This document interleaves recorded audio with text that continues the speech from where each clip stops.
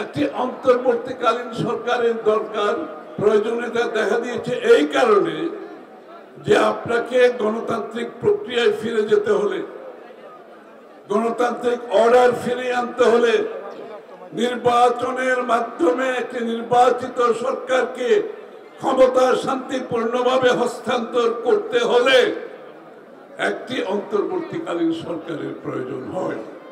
এই জন্য আমরা সকলে মিলে সমর্থন দিয়েছি এই সরকারকে।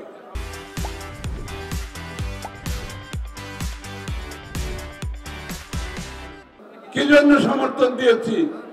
তাদের দায়িত্ব হচ্ছে একটি, সেটা হচ্ছে ফ্যাসিস্ট পলায়নের পরে আগামীর বাংলাদেশ, গণতান্ত্রিক বাংলাদেশ, নির্বাচিত বাংলাদেশ, বাংলাদেশের মানুষের রাজনৈতিক, সাংবিধানিক, গণতান্ত্রিক অধিকার যুক্ত নতুন বাংলাদেশ নির্বাচনের মাধ্যমে করতে হলে এই সরকারের প্রয়োজনীয়তা আছে। সেজন্য আমরা সমর্থন দিয়েছি, সমর্থন দিয়ে যাচ্ছি, কিন্তু এখনো দিয়ে যাচ্ছি। কিন্তু তারা যদি মনে করে সেই দায়িত্ব থেকে সরে গিয়ে একটি নির্বাচিত সংসদের জায়গায় তারা উপবিষ্ট হয়েছে, এর চেয়ে বড় ভুল আর কিছু হবে না। তারা নির্বাচিত সরকারের জায়গায় পূরণ করার জন্য উপবিষ্ট হয় নাই।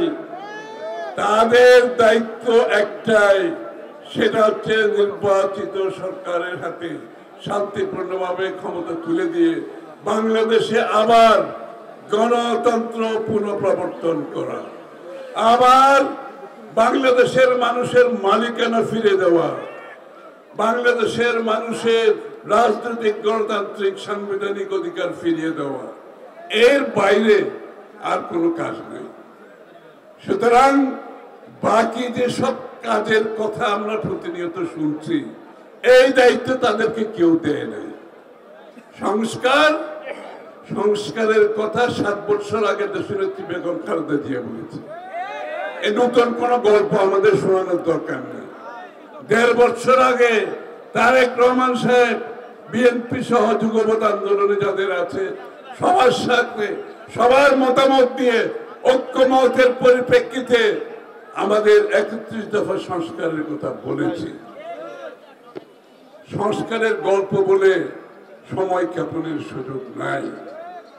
আর অন্য সব যে সমস্ত নতুন নতুন কথা শুনছি, কখনো বলে আনুপাতিক হারে নির্বাচন, কখনো বলে স্থানীয় সরকারের পরে জাতীয় নির্বাচন, তারপরে তারা সংস্কার করে শেষ করে যাবে, আবার শেখ হাসিনার বিচার শেষ করে যাবে। এই সমস্ত কথা বলার সুযোগ নাই। তাদেরকে সেই জায়গায় সেই দায়িত্ব কেউ দেয় নাই। তাদের একমাত্র দায়িত্ব নির্বাচিত আগামী দিনে দেশে জাতীয় নির্বাচনের মাধ্যমে নির্বাচিত সরকারের হাতে ক্ষমতা তুলে দেবে। আর তাদের যদি সংস্কারের খুব বেশি ইচ্ছা থাকে, তারা যে কমিশনের রিপোর্টগুলো তৈরি করেছে, সেই রিপোর্টগুলো আমরা আগামী নির্বাচিত সংসদে পেশ করতে রাজি আছি। আগামী সংসদ সেগুলো সংসদে আলোচনা করবে, বিবেচনা করবে, সকলে মিলে যেখানে যেই সংস্কারের প্রয়োজন সেটা করবে। আর সবচেয়ে বড় কথা হলো আমাদের 31 দফা তো আমরা বাস্তবায়ন করব। আমাদের 31 দফা আমরা বাস্তবায়ন করব। আমরা জাতির কাছে প্রতিজ্ঞাবদ্ধ। প্রতিনিয়ত আমরা প্রত্যেকটি জেলায় যাচ্ছি 31 দফা নিয়ে। 31 দফা জনগণের মনে, জনগণের কাছে গ্রহণযোগ্য করার জন্য আমরা প্রতিনিয়ত যাচ্ছি। সুতরাং সংস্কারের ব্যাপারে কারো মাথা ব্যথার কোনো প্রয়োজন নেই, চিন্তার কোনো প্রয়োজন নাই। আর যারা দীর্ঘায়িত করে লাভবান হওয়ার চিন্তা করছেন, তাদেরকে বলছি, আপনারা মনে করেছেন আপনারা এই সরকারের একটি অংশ হয়ে গেছেন, এই সরকারকে যতদিন রাখা যাবে ততদিন আপনারা লাভবান থাকবে, আপনারা সরকারের অংশ হিসাবে সরকারের সেই ক্ষমতার একটি যেই আপনি অংশ হয়ে থাকবেন, এবং সেটা তো হওয়া সম্ভব না। কারণ আপনারা যারা দীর্ঘায়িত করে ক্ষমতার অংশ হিসাবে ক্ষমতা ভোগ করার প্রক্রিয়ার মধ্যে ঢুকেছেন, তাদেরকে বলছি পরিষ্কার করে সেখান থেকে বেরিয়ে আসতে হবে। সে যারাই হোক, যদি আগামী দিনের সরকারে যাওয়ার ইচ্ছা থাকে তাড়াতাড়ি নির্বাচনী প্রক্রিয়ায় আপনারা চলে আসেন। আর আমরা তো আছি নির্বাচনের প্রক্রিয়া, এবং নির্বাচনের জন্য জনগণের মালিকানা ফিরিয়ে দেওয়ার জন্য 16 বছর মানুষ ত্যাগ স্বীকার করেছে। আজকে বাংলাদেশ একদিন যাচ্ছে, একদিন গণতন্ত্রবিহীন ভাবে অতিবাহিত হচ্ছে, একদিন যাচ্ছে বাংলাদেশের মানুষের রাজনৈতিক গণতান্ত্রিক সাংবিধানিক ক্ষমতা থেকে বাইরে থেকে একদিন যাচ্ছে।